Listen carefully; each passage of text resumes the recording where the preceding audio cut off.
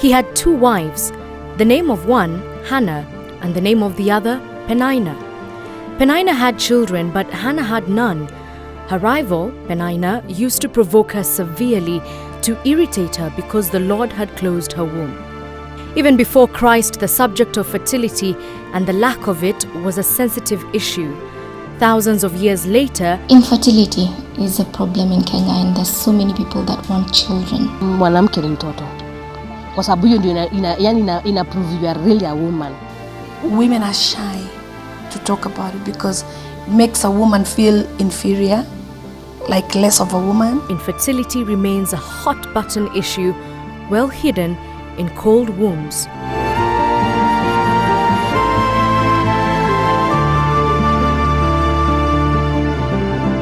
When the light turns green, Nairobi is on the go.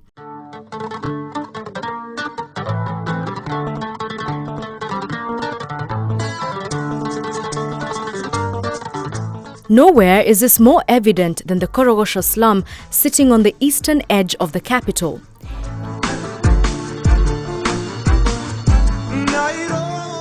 Here, no one seems to stop, not even to spare a curious glance at a visiting news crew. And so the people here keep moving. Men, women, and especially Veronica Wanjiru. It has taken several attempts and phone calls to get Veronica to talk to us. Women like her don't like talking about their problem, least of all on national television. When we get to her, there is more convincing yet. Finally, we reach an agreement. As we set up for the interview, she tells me she would like to have her identity hidden. One more negotiation and she agrees to tell me everything in the full glare of the cameras. Her story takes us to 1990 when she got into an informal marriage with her boyfriend. Tukakana Charlie from 1990 mpaka karibu 1999. Wazazi wake wako na siwezi pata mtoto because tumekaa tu wana demand for kwa kupata mjukuu. So pressure ilipozidi ilibidi kijana niambie nijipe shughuli. Nikajishughulisha.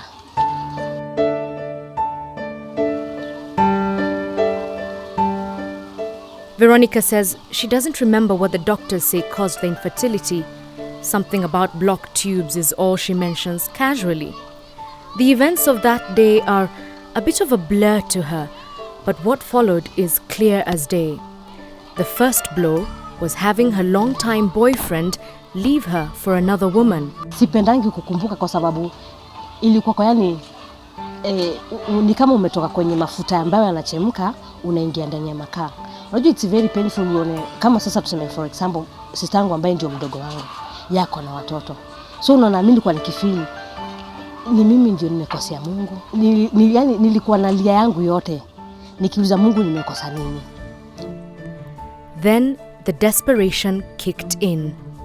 From prayers to a short stint at counseling, Veronica tried everything to get her mind off her infertility. Kuna mmoja aliniletea miti ni dawa. By the way, ilikuwa kwa ni 10 liters. Nilipambana na ile maji. Baka niko na mwisho wa dunia. Nilikunywa nikaikunywa ikaisha. Nikamuza na sisi tukomeniambia hata 5 liters itaisha. Sasa hii ni 10 liters nimemaliza. Sitaki nyingine. Ati hapana, nikamwambia uliniambia na kunywa asubuhi saa 6 na jioni. And by then nilikuwa na make sure asubuhi nikiamka nimekunywa, nikitaka kutoka na niko na chupa, nimeweka kwa chupa na. Having lived in this slum for more than 20 years, almost all her neighbors know she cannot have children.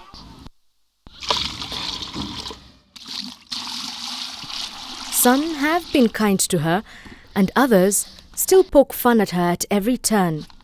The constant ridicule has done little to repress her desire for a child. Nasema ngata kama ningepata tu nipate tu mimba alafu itoke.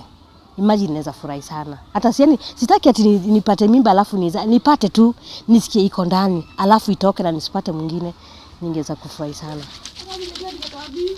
Veronica says the chances of her getting a child shrink by the day. Perhaps if she had money, she might pursue other ways to get a child. Kuna wakati nilikuwa nimejaribu kwenda kuadopt mtoto. lakini sasa ile processing. The adoption process begins with the assessment of prospective adoptive parents. To be assessed, Veronica had to find an approved adoption agency. This is where she bumped into her first challenge. There are only 4 approved adoption societies in Kenya. She did not know even one. When she eventually located them, Veronica realized all of the agencies were way too far from her Korogosho home. Finding bus fare to and from these locations was the second hurdle. Then there were the prospective bills. Adoption agencies ask for anywhere between 12 and 14,000 shillings to cover their administrative costs. Then there is a 60 to 100,000 shillings fee needed to pay the lawyers who handle all the legal paperwork. Even if she could come up with the funds, the agency, together with the Department for Children, would need to conduct a home assessment to determine her economic status and how safe the space would be for the child. The process was simply too overwhelming for a woman who sells scrap metal for a living. Infertile women living in this kind of poverty find the same financial restrictions when they pursue any form of aided fertility. Rosemary Olale works with these women on a daily basis. She runs a self-help organization for women in the slum, and it is in this office that infertile women tell of their desperations. When they come here, they do open up. Some do just come and tell me, Rosemary, when I found out that I can't give my husband a kid, I tried playing sex even with my neighbor so that I can give kids. Some, even when they walk from one husband to another, they will not use protection because what she's looking is a kid. Will you protect yourself when you want a kid? So they'll just do the naked sex, looking for that kid. In the process, she might get that pregnancy, or she might not get it, but she might get the STIs. Rosemary says the women she has spoken to would rather get infected with HIV than have their husbands leave them for barrenness.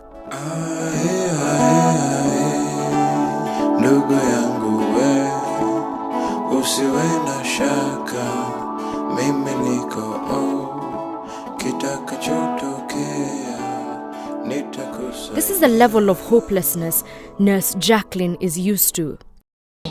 If there's anything which is missing, I know that the baby is missing something or a certain organ, then I know what to do.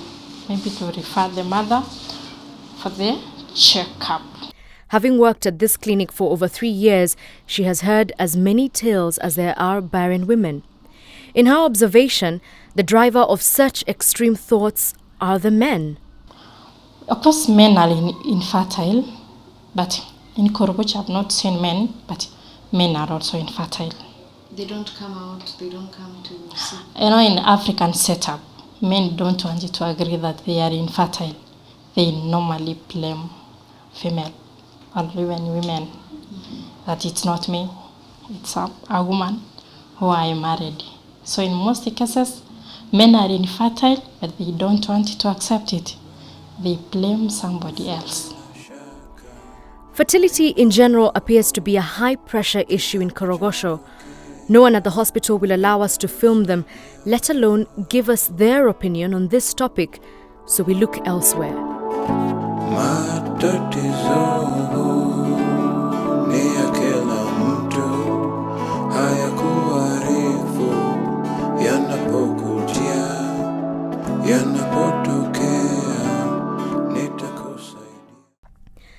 A silhouetted figure sits in front of me. The light behind my interviewee is blinding, but the setup must remain as is. This 20-something-year-old cannot risk anyone knowing her identity. What she is about to tell us has been her secret since she was 19. The money was definitely a big motivator. It was, tens of thousands of shillings for 2 weeks of pretty much just showing up and being injected. But then when I started thinking about it, I was like, I'd been blessed with, eggs. There are people out there, there are women out there who struggle every day, trying to adopt, trying to get pregnant, trying to, just fulfill that womanly role, that society has placed on them. and I have it and I'm healthy, and I'm not using my eggs. Egg donation, like sperm donation, is done for the sole purpose of in vitro fertilization. Healthy, fertile women are injected with hormones for a period to stimulate their ovaries. Upon maturity, the eggs are then harvested from the donor. Barren women seeking to have children then buy the donated eggs. The eggs are later fertilized externally with their partner's sperm before being implanted into their wombs, where a woman, unable to conceive naturally, can then be able to carry a pregnancy to full term. Stopped trying to get pregnant, In vitro fertilization is a major treatment for infertility where other methods of assisted reproduction have failed. But like all surgical procedures, it does have its risks. These risks are especially pronounced when there are no government policies to regulate the process. This donor experienced the risk firsthand. I started getting a stomach ache, and it felt like a regular stomach ache until the pain became unbearable, and I couldn't walk. It was just blindingly painful. So I went to the hospital, and the doctor asked me where I was feeling pain. And I told him it was my lower abdomen, and he did like a hand exam, put his hand to my lower stomach, and he pressed on it, and I died. It was so painful. I think I passed out, you know. So he did an ultrasound, and he found there were cysts on my ovary, on one of my ovaries. Even though she got ovarian cysts, our interviewee was, in a sense, quite lucky. I've spoken to 2 other young women who have told me that they had to undergo surgery after their egg donation procedure went bad. Told you're not fit to be this. Ruth Keruya is a lawyer who has studied the subject of assisted reproduction in Kenya extensively. Her findings show that there is nothing in the law protecting barren women or donors going through processes of assisted reproduction.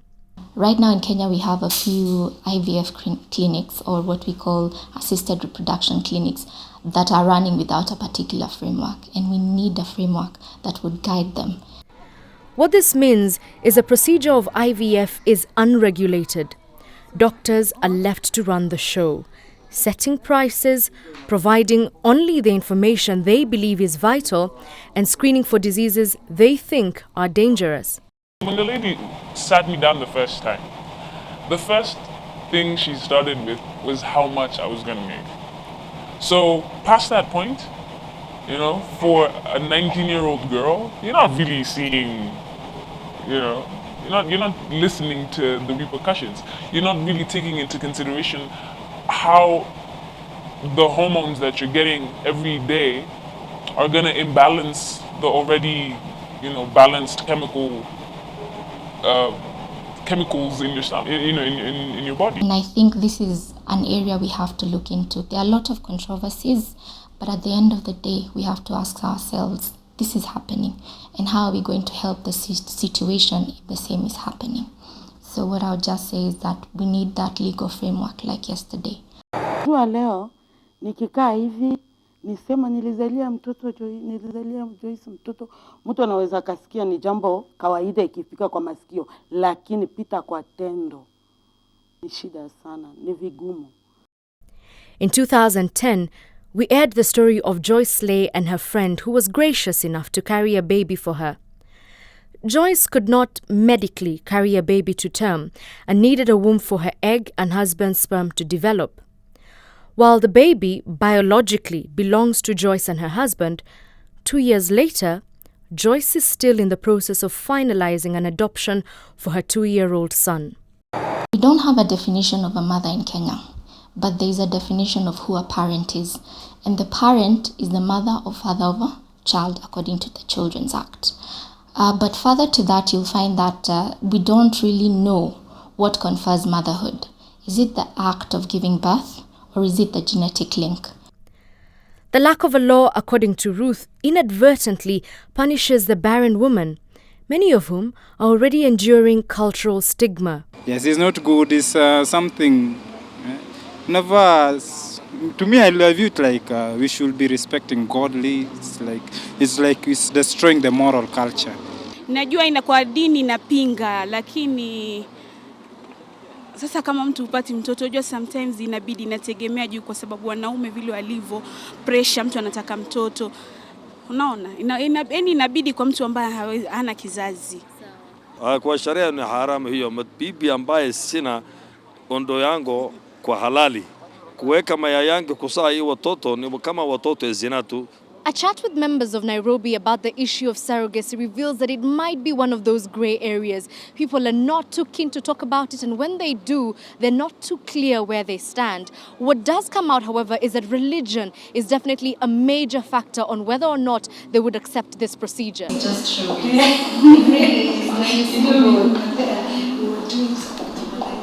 Reverend Kathy Kuna of the Jubilee Christian Church has emerged in recent years as one of the new age ministers of the Christian religion. With talk shows and magazine articles, the Reverend has redefined the traditional conservative role of a preacher. The attention. Yeah. Her views on aided fertility are just as new age. If the science can aid you and it's not interfering with anything to do with God, because like I said, you're not doing it in sin. What is sin is going to sleep around, to try and get that child. But if you're going to do it through the IVF and be assisted by somebody who can carry, then I don't see anything wrong with that. Okay. Mm-hmm. So as far as you know, biblically it hasn't been said, no, you can't. No, not biblically. It's not been said, no, you can't. And it's really more philosophical. You know what I'm saying? So if we can agree, me and you, plus the person to provide. See, nowadays, you can actually buy the sperm from a bank and an egg. If you want a Chinese baby, you can buy this. You can buy it. And so if you can rent a womb to carry that child, personally, I don't see anything wrong with that. Okay. Reverend Kuna is, however, careful to include a caveat. You use it as a last resort. Okay, if really you've gone through all the tests and because there are some women that go through tests and everything shows that they're all right, then you wait. In that case, wait on the Lord. But there are those women who go and check and there's nothing there. There's no womb, no tubes. And like I said, there are some miracles that do happen where a woman with no tubes carries a baby. There are women who actually don't even have a uterus that carry a baby. So miracles do happen. Back in Korogosho, Veronica knows her infertility is a daily test of faith. The options for barren women are limited, not to mention very expensive. Government has done close to nothing for these women. Society has deposited the burden of childlessness on the woman, and over the years, Veronica has bought into their perceptions. Mwanamke ni mtoto. Kwa sababu hiyo ndio ina prove you are really a woman. So unajua ukiwa kama huna mtoto, ingawa hizo vitu zingine zote ni za mwanamke, lakini sasa tofauti yako na mwanaume hakuna. You are just there. Is that how you feel? Yeah. Ni pain lakini utadu. Mimi ndio ni mwanamke, nina matiti zangu na kila kitu, but nimekwambia wanasemanga mwanamke mzuri ni yule ana watoto.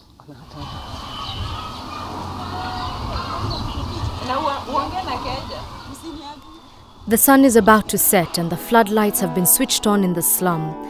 Everyone is still on the move, but for our safety, we have to leave.